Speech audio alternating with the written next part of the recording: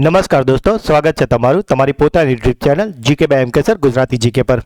મિત્રો, આજે છે 26 જાન્યુઆરી 2026 એટલે કે પ્રજાસત્તાક દિવસ. તો સૌથી પહેલાં તમામ મિત્રોને પ્રજાસત્તાક દિવસની ખૂબ ખૂબ શુભકામનાઓ.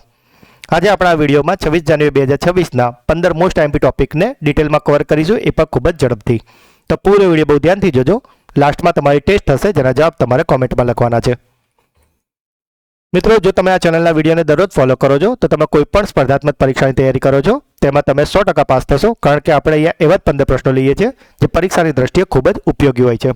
તો જો હજુ સુધી ચેનલને સબસ્ક્રાઇબ ના કરી હોય તો જલ્દીથી કરી લેજો. તો ચલો વિડીયો સ્ટાર્ટ કરીએ છીએ.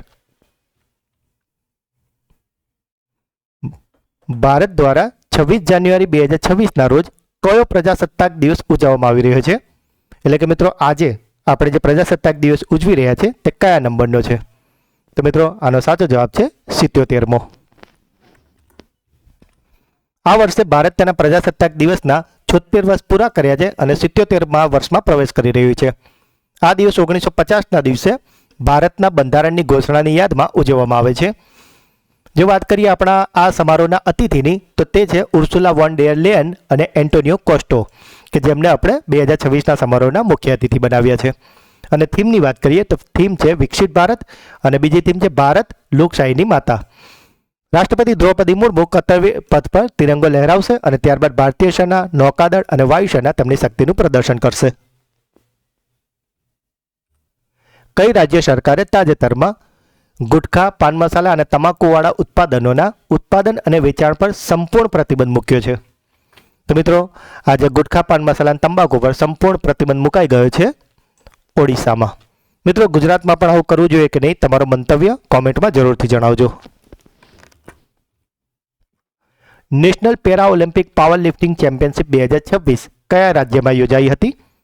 તો મિત્રો, આજે નેશનલ પાવર લિફ્ટિંગ ચેમ્પિયનશિપ હતી, જે પેરા ઓલિમ્પિક એટલે કે દિવ્યાંગજનો માટે હતી, અને તે યોજાઈ હતી ઉત્તરાખંડમાં. કૃત્રિમ બુદ્ધિમત્તા એટલે કે એઆઈના નિકાસ અને સુરક્ષાને નિયંત્રિત કરવા માટે કયા દેશે નવો વ્યાપક એઆઈ કાયદો પસાર કર્યો છે?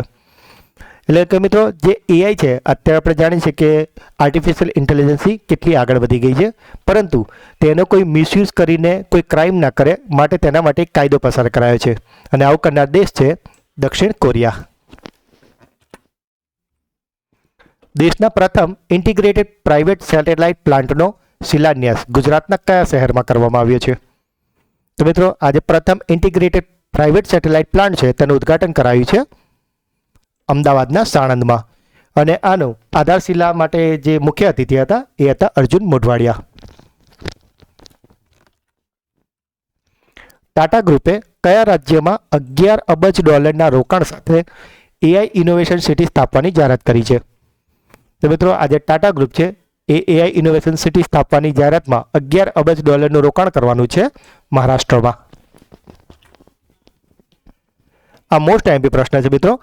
98માં એકેડેમી એવોર્ડ્સ એટલે કે ઓસ્કર 2026માં 16 નોમિનેશન મેળવીને કઈ ફિલ્મે ઇતિહાસમાં સૌથી વધુ નામાંકિત ફિલ્મનો નવો રેકોર્ડ બનાવ્યો છે?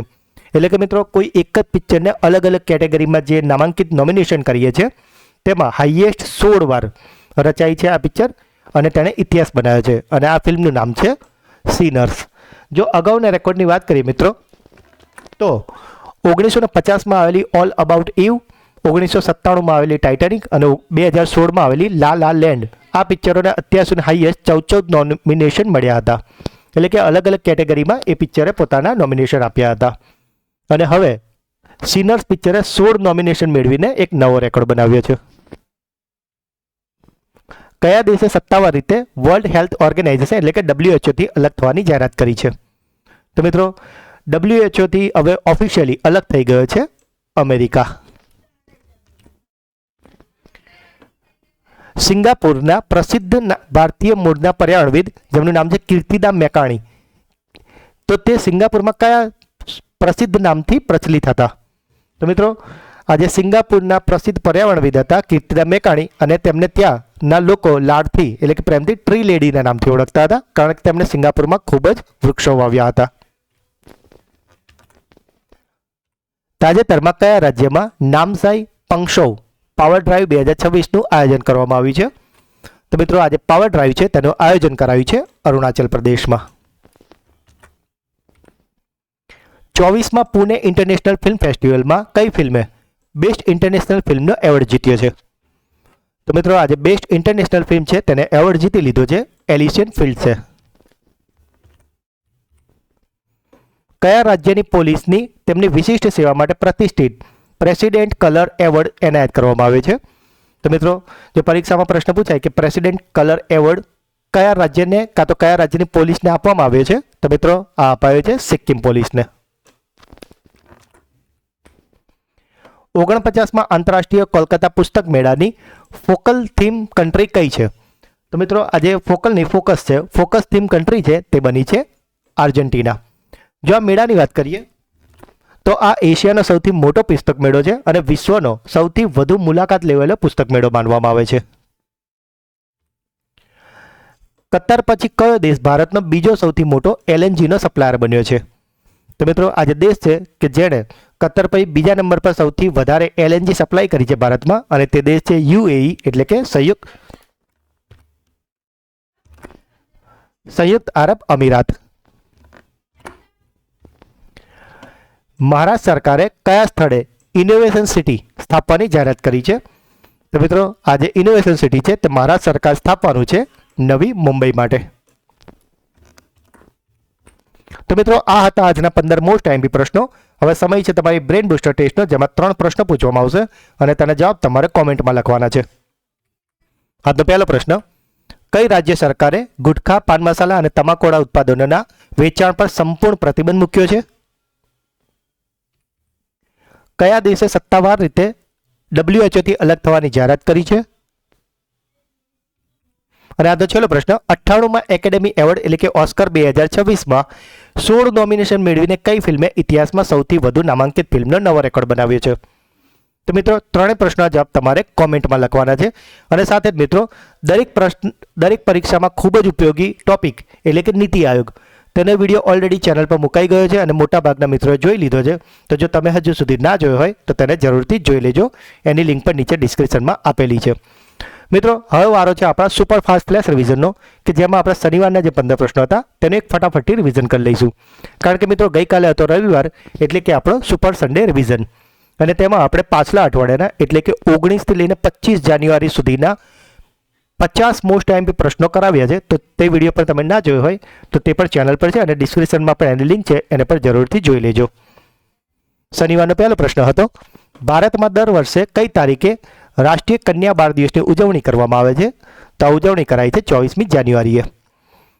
જાન્યુઆરી 2026માં યુએઈ અને ભારતના કયા રાજ્યે ભારતનું પ્રથમ નેટ ઝીરો શહેર વિકસાવવા માટે MOU પર હસ્તાક્ષર કર્યા છે? તો યુએઈ સાથે આ નેટ ઝીરો માટે હસ્તાક્ષર કર્યા છે તેલંગાનાએ. તાજેતરમાં જાન્યુઆરી 2026માં વાલ્મીકીની રામાયણની દુર્લભ હસ્તપ્રત કયા મ્યુઝિયમને ભેટ આપવામાં આવી છે? તો આ અપાઈ છે અયોધ્યાના આંતરરાષ્ટ્રીય રામકથા મ્યુઝિયમને. અને આજે વાલ્મીકી રામાયણની જે આજે દુર્લભ હસ્તપ્રત હતી તે 233 વર્ષ જૂની છે. HDFC બેંકના પૂર્ણ સમયના ડિરેક્ટર તરીકે કોની નિમણૂક કરાઈ છે? તો તે બની ગયા છે કૈઝાદ ભરૂચા. કોને ઇન્દિરા ગાંધી પુરસ્કાર ફોર પીસ, નિશસ્ત્રીકરણ અને વિકાસ 2025 માટે એવોર્ડ આપવાની જાહેરાત કરવામાં આવી છે? તો આ જે એવોર્ડ છે તે અપાવવાનો છે ગ્રાશા માસેલને. જાન્યુઆરી 2026માં કઈ પેન્શન મેનેજમેન્ટ સિસ્ટમને ઉમંગ પોર્ટલ સાથે એકીકૃત કરવામાં આવી છે? તો આજે પેન્શન મેનેજમેન્ટ સિસ્ટમ સાથે જેને ઉમંગ સાથે જોડાઈ છે તે છે સંપન્ન. ભારત તાજેતરમાં કયા આફ્રિકન દેશ સાથે સંરક્ષણ અને નિર્ણાયક ખરીદોના ક્ષેત્રમાં સહકારને વધુ ગાઢ બનાવવા માટે સંમત થયો છે? તો આફ્રિકન દેશ છે નામિબિયા. સ્વચ્છ ભારત મિશન શહેર એટલે કે અર્બન, આના હેઠળ 100% ઘન કચરાની પ્રક્રિયા કરનાર યુપીનું પ્રથમ શહેર કયું બન્યું છે? તો તે છે લખનઉ. જાન્યુઆરી 2026માં કેન્દ્રીય મંત્રી અમિત શાહે ગીતા પ્રેસના માસિક મેગઝીન કે જેનું નામ છે કલ્યાણ, તેનું શતાબ્દી અંક એટલે કે 100મો અંક હતો, તેને ક્યાંથી બહાર પાડ્યો છે? તો તે બહાર પાડ્યો છે ઉત્તરાખંડના ઋષિકેશમાંથી. અહીંયા રાજ્યપાલ નહીં આવે, સોરી, અહીંયા આવશે, અહીં પ્રિન્ટિંગ મિસ્ટેક છે મેડમ. અહીંયા આવશે ઉપરાષ્ટ્રપતિ CP રાધાકૃષ્ણન દ્વારા તાજેતરમાં બહાર પાડવામાં આવેલા પુસ્તક અમૃત કા પ્યાલા, આ કાલા નથી મિત્રો, અહીંયા છે પ્યાલા, અમૃત કા પ્યાલા, રામ જન્મભૂમિ ચેલેન્જ એન્ડ રિએક્શન ના લેખક કોણ છે? તો તે છે સુરેન્દ્ર કુમાર પચોર. જાન્યુઆરી 2026માં ભારત સરકાર દ્વારા જાહેર કરવામાં આવેલી ટેલિંગ પોલિસીનું મુખ્ય જોડાણ શું છે? તો મિત્રો આ જે જોડાણ છે ખાણકામના કચરામાંથી મહત્વપૂર્ણ ખનિજોની પુનર્પ્રાપ્તિ. જાન્યુઆરી 2026માં કયો યુરોપિયન દેશ ભારત દ્વારા શરૂ કરાયેલ ઇન્ડો પેસિફિક મહાસાગર પહેલમાં જોડાયો છે? તો મિત્રો આ જે પહેલ છે તેમાં જોડાઈ ગયું છે સ્પેન. તાજેતરમાં કેન્દ્રીય મંત્રીમંડળે અટલ પેન્શન યોજના કયા વર્ષ સુધી ચાલુ રાખવાની મંજૂરી આપી છે? તો મિત્રો આ મંજૂરી અપાઈ છે 2030-31 સુધી. બ્રાન્ડ ફાઇનાન્સ ગ્લોબલ 500ના 2026ના અહેવાલ મુજબ વિશ્વની બીજી સૌથી મૂલ્યવાન આઈટી સેવા બ્રાન્ડ કઈ બની છે? તો તે છે TCS. અને શનિવારનો છેલ્લો પ્રશ્ન હતો, કઈ રાજ્ય સરકારે સંશોધકો માટે 25,000ની માસિક નાણાકીય યોજના શરૂ કરાઈ છે? તો મિત્રો જે પણ રિસર્ચર્સ હશે તેમને દર મહિને 25,000 અને દિવ્યાંગોને 40,000 આપવાની જાહેરાત કરી છે અસમે. તો મિત્રો આ હતા શનિવારના 15 પ્રશ્નો કે જેને અત્યારે તો આપણે ખૂબ જ ફટાફટ રિવિઝન કર્યું છે, પણ શનિવારના પીરિયડમાં આપણે આને ખૂબ જ ડિટેલમાં અને ઇમેજ સાથે સમજાવ્યા છે. તો તમે તે વિડીયો ના જોયો તો તેની લિંક પણ નીચે ડિસ્ક્રિપ્શનમાં આપેલી જ છે, તો તેને જરૂરથી જોઈ લેજો. અને મિત્રો જો તમે આ ચેનલના વિડીયોને દરરોજ ફોલો કરો છો તો તમે કોઈ પણ સ્પર્ધાત્મક પરીક્ષાની તૈયારી કરો છો, એ પછી પોલીસ હોય, તલાટી હોય, ક્લાર્ક, કેળવણી નિરીક્ષક, બેન્કિંગ, STI, DYSO, ટેટ, દરેક પરીક્ષામાં આ કરંટ અફેર્સ તમને ખૂબ જ ઉપયોગી થશે.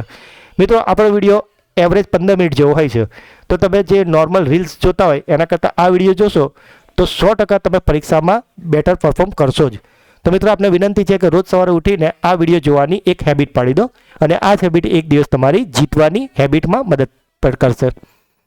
તો મિત્રો વિડીયો આપને ગમ્યો હોય તો તેને લાઇક કરો, જે પણ પ્રશ્ન પૂછવામાં આવે છે કે તમારો કોઈ ડાઉટ છે તો તેનો કોમેન્ટ કરો, વિડીયોને વધારેમાં વધારે તમારા વોટ્સએપ, ટેલિગ્રામ અને મિત્રો સાથે શેર કરો. અને જો હજુ સુધી ચેનલને સબસ્ક્રાઇબ ના કરી હોય તો જલ્દીથી કરી લેજો. અને સાથે જ મિત્રો જેમ અગાઉ જણાવ્યું એમ નીતિ આયોગનો વિડીયો ચેનલ પર મૂકેલો છે અને એની લિંક પણ નીચે આપેલી છે, તો તેને જરૂરથી જોઈ લેજો. કારણ કે આ એક એવો ટોપિક છે કે જે કોન્સ્ટેબલ, તલાટી, પોલીસથી લઈને ટીચર, ટેટથી લઈને છેક UPSC સુધી પણ આ ટોપિક પૂછાતો હોય છે. તો તમે સમજી શકો કે આ કેટલો IMP ટોપિક છે. તો મિત્રો મળીએ છીએ એક નવા વિડીયોમાં, ત્યાં સુધી ભણતા રહો, આગળ વધતા રહો. અને સાથે જ મિત્રો કે આજે 11 વાગે આપણી ચેનલ પર NEP 2020 એટલે કે રાષ્ટ્રીય શિક્ષણ નીતિ 2020નો પણ વિડીયો આવે છે, તો તેને પણ અચૂકથી જોઈ લેજો. તો મળીએ છીએ એક નવા વિડીયોમાં, ત્યાં સુધી ભણતા રહો, આગળ વધતા રહો. જય હિન્દ, જય ભારત, જય ગુજરાત.